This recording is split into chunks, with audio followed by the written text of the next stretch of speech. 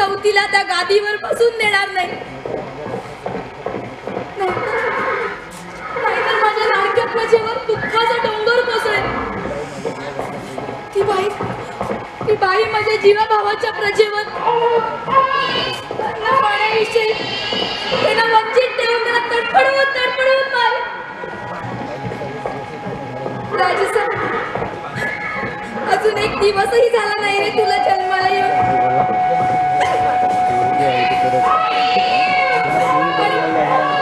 आणि तुझ्या नशिबी हे असे हाल.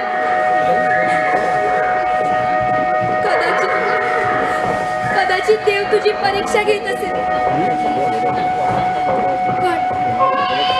पण अशा संकटांवर मात करूनच तुला तुझा हक्क बजावायचा.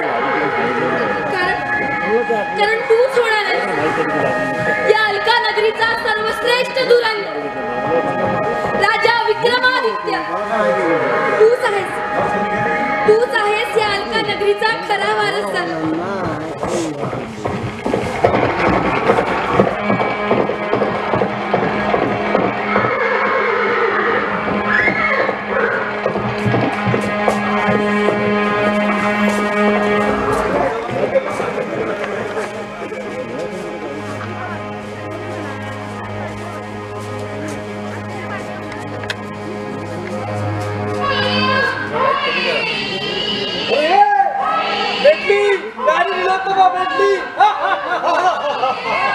अरे बरा झाला भेटली ती, नाहीतर राजाने आपल्याला टोपीच्या तोंडी दिलं नसते.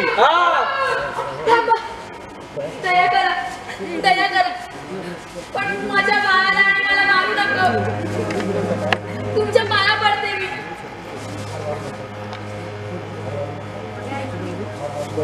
मारू नका. काय कारण नसतो दिलेच महाराजी, पण राजाचा हुकूमच आहे आम्हाला. अरे आम्ही आदेशाचे पालन करतो. एक विनंती करते तुम्हाला, हवं ना तर मला मारा, पण माझ्या बाळाला तरी जिवंत आणणार. अजून एक दिवसही झाला नाही हो त्याला जन्माला येऊ. हे जग उघड्या डोळ्याने पाहू द्या ना त्याला. एवढे उपकार करा ना माझ्या. हवं तर पदर पसरते मी, पदर पसरते आणि माझ्या बाळाच्या प्राणाची भीक मागते. आता तू एवढी गयावया करते तर टाकतो तुझ्या मरणात मी. जा, नाही मारत तुझ्या बाळाला. खरंच धन्य झाले मी तुमची. आभारी. उचला ती त्याला आणि करा माझा शिरच्छेद. शिरच्छेद तर तुमचा आम्ही करणारच, पण तुमच्या त्या बाळाचं काय? हो, तुम्हीच म्हणालात ना की माझ्या बाळाला तुम्ही जीवनदान दिले म्हणून. हो, आम्ही जीवदान दिलं हो, पण या जंगलातल्या हिंसक स्वाभावाचे काय ते त्याला बोचून वरबडून ठार मारून टाकतील. नाही असं होता का मला. तुम्ही त्याला सांभाळा ना. आपल्या पोटच्या पोराप्रमाणे सांभाळा. माझी शपथ आहे तुम्हाला, सांभाळा. पोटच्या पोरासारखी इथं आमची आहे तीच आम्हाला भारी पडली. त्यात याला कोण आणखीन पोचणार? बिचारा राजकुमार रडून ठार मारून जाईल. पण तुम्हाला आम्हाला मारावंच लागेल. चल, हो मरणाला तयार. तुम्हाला माझी थोडी सुद्धा लय येत नाही, पण लक्षात ठेवा, देवा खंडेराया तुम्हाला शिक्षा केल्याशिवाय राहणार नाही. देवा खंडेराया, अरे तूच आहेस माझ्या बाळाचा माता, पिता आणि बंधू. तूच आहेस त्याला रक्षण करता. वाचव देवा, वाचव.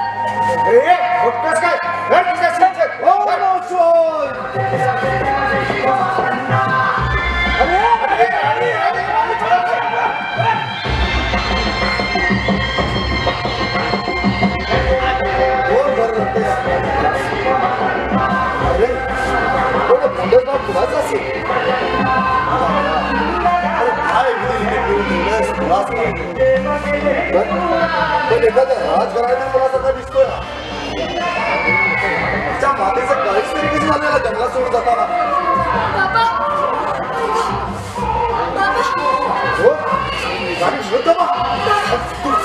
अशा वस्तू कोणती तुझी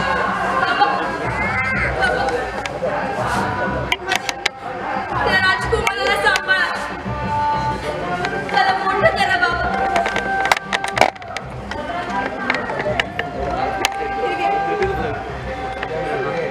त्यात हिरे आहेत आणि काही माझ्या राजकुमाराला मोठं करा आणि त्या चांदण्यांचा सूड घ्यायला सांगा. अगं बाई, हिरे घेऊन मी काय करू? राजाला समजलं तो तुम्हाला हत्तीच्या पायाखाली तुडवून मारेल.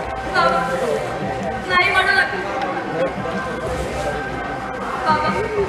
तेव्हा खंडरायांच्या रूपात तुमचं रूप मला दिसलं. याला मोठं करा, याला मोठं करा आणि त्याचं नाव ठेवा विक्रमादित्य.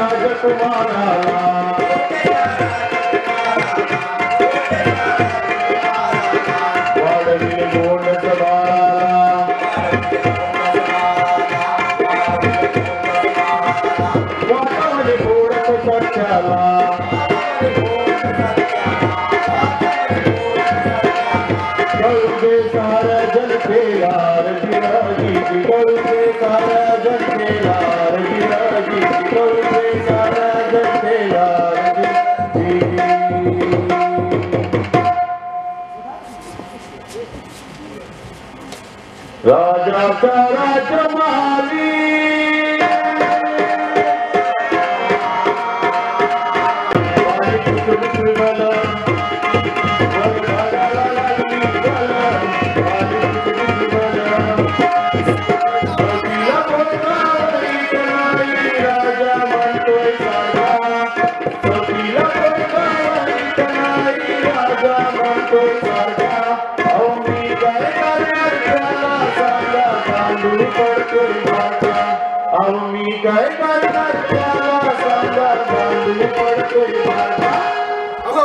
माझ्या हातात हा बारका दांडू देऊन या राजाने शिपाई बनवून ठेवलाय.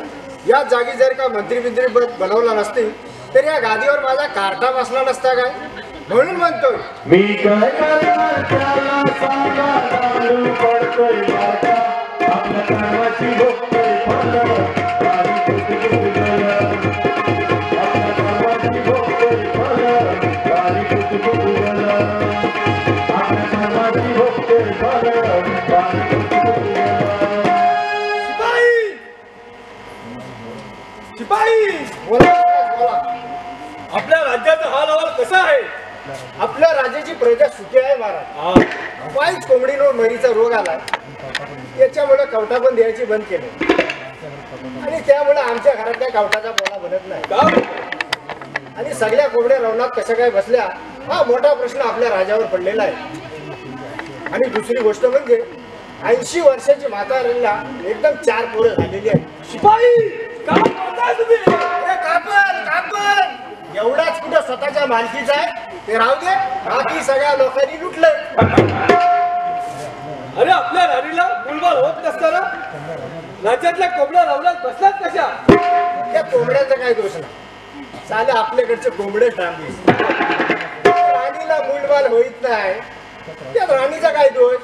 राजाला समजायला नको, गोल्या बिल्या द्यायच्या खायला, मोठ्या डॉक्टराला दाखवायची आणि एक मोठं इंजेक्शन द्यायचा.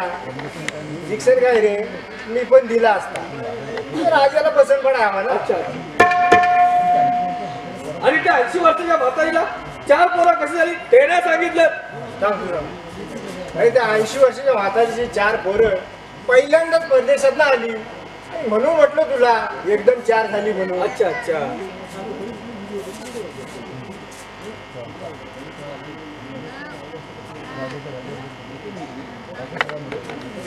बाकी सगळं बोल दे. अरे तुझ्या राजाच्या गाडीवर जाऊन का बसलास का सांग पाहिलं मला. अरे जर का राजाने बघितला नसती ना तर केवढा मोठा घोटाळा झाला असता माहित आहे तुला.